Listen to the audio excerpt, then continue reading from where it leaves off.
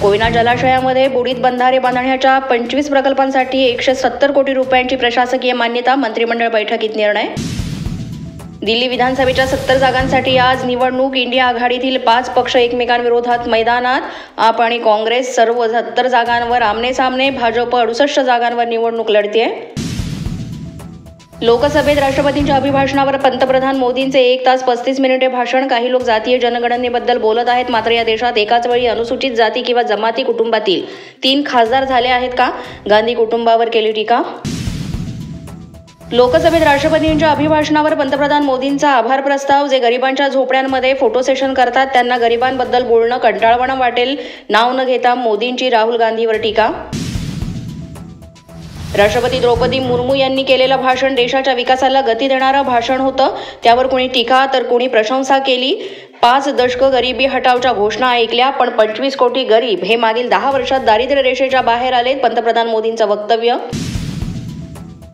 देशातील सामान्य माणसाचा आजारपणामुळे होणारा खर्च कोट्यवधी रुपयांनी वाचला. जनतेने 30,000 कोटी रुपये वाचवले. आम्ही या पैसे शीश महल बांधण्यासाठी वापरले नाही तर देशाच्या बांधणीसाठी वापरले. मोदींची केजरीवालांवर टीका. सरकारच्या स्वच्छता मोहिमेची थट्टा करण्यात आली, मात्र स्वच्छता मोहिमेमुळे अलीकडच्या काळात सरकारी कार्यालयांमधील कचरा विकून 2300 कोटी रुपये मिळाले. पंतप्रधान मोदींची भाषणात माहिती. लवकरच अंजली दमानिया यावर अब्रू नुकसानीचा खटला मुंबई उच्च न्यायालयात दाखल करणार. दमानिया यांनी पुन्हा पत्रकार परिषद घेत आरोप केल्यानंतर धनंजय मुंडे यांची भूमिका. संतोष देशमुख हत्या प्रकरणावरून लक्ष हटवण्यासाठी आरोप. धनंजय मुंडे आणि अंजली दमानिया या वादावर सुषमा अंधारेची प्रतिक्रिया.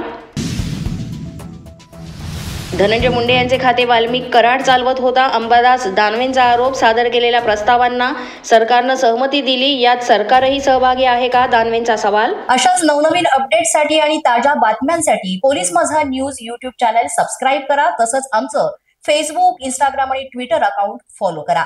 अधिक माहितीसाठी आमच्या www.polismazhanews.com या वेबसाईटला भेट द्या.